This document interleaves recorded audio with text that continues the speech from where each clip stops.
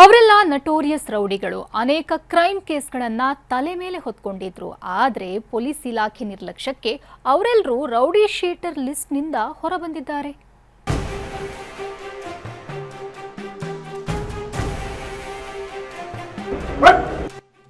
Silent Sunil, ಒಂಟೆ ರೋಹಿತ ಬೆಂಗಳೂರಿನ notorious ರೌಡಿಗಳಿವರು.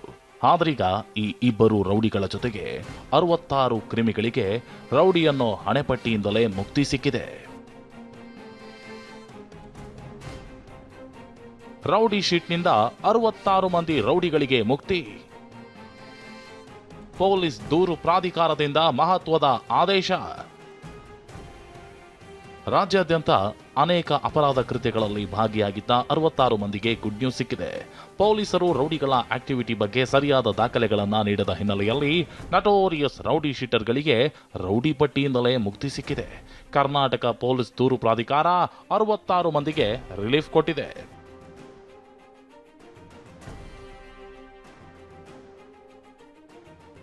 ಬೆಂಗಳೂರಿನ Sunil Kumar alias silent Sunil, Rohit alias ಒಂಟೆ ರೋಹಿತ್ ಸೇರಿ 66 ರೌಡಿಗಳ ಹೆಸರನ್ನ ರೌಡಿ ಶೀಟರ್ ಲಿಸ್ಟ್ನಿಂದ ಕೈಬಿಡಲಾಗಿದೆ. ರೌಡಿ ಶೀಟರ್ ಸಂಬಂಧ ಹೈಕೋರ್ಟ್ ಮಾರ್ಗಸೂಚಿಯನ್ನ ಹೊರಡಿಸಿತ್ತು. ಈ ಮಾರ್ಗಸೂಚಿ ಪಾಲನೆಯಲ್ಲಿ ಪೊಲೀಸ್ ಇಲಾಖೆ ಎಡವಿದೆ. ಈ ಸಂಬಂಧ ರೌಡಿಗಳು ಪೊಲೀಸ್ ಪ್ರಾಧಿಕಾರದ ಮೆಟ್ಟಿಲು ಹತ್ತಿದ್ರು. ಮನವಿಯನ್ನ ಪರಿಶೀಲಿಸಿದ ಪೊಲೀಸ್ ಪ್ರಾಧಿಕಾರ ಈ ಮಹತ್ವದ ಆದೇಶ ಹೊರಡಿಸಿದೆ. ಅಷ್ಟಕ್ಕೂ ಪೊಲೀಸರು ತೋರಿದ ನಿರ್ಲಕ್ಷ್ಯವೇನು ಅಂತ ನೋಡಿದ್ರೆ, ಸಾಮಾನ್ಯವಾಗಿ ರೌಡಿ ಪಟ್ಟಿಯಿಂದ ಹೆಸರನ್ನ ತೆಗೆಯೋದಕ್ಕೆ ವ್ಯಕ್ತಿ ಪೊಲೀಸರಿಗೆ ಮನವಿ ಸಲ್ಲಿಸ್ತಾನೆ. ಆ ಮನವಿಯನ್ನ ಸ್ವೀಕರಿಸಿದ ಬಳಿಕ 60 ದಿನದ ಒಳಗೆ ಪೊಲೀಸರು ಆ ಬಗ್ಗೆ ತೀರ್ಮಾನವನ್ನ ಕೈಗೊಳ್ಳಬೇಕು. ಒಂದು ವೇಳೆ ಪೊಲೀಸರು ಯಾವುದೇ ತೀರ್ಮಾನವನ್ನ ಕೈಗೊಳ್ಳದೆ ತಿರಸ್ಕರಿಸಿದ್ರೆ ಪ್ರಾಧಿಕಾರಕ್ಕೆ ಮೇಲ್ಮನವಿ ಸಲ್ಲಿಸಬಹುದು.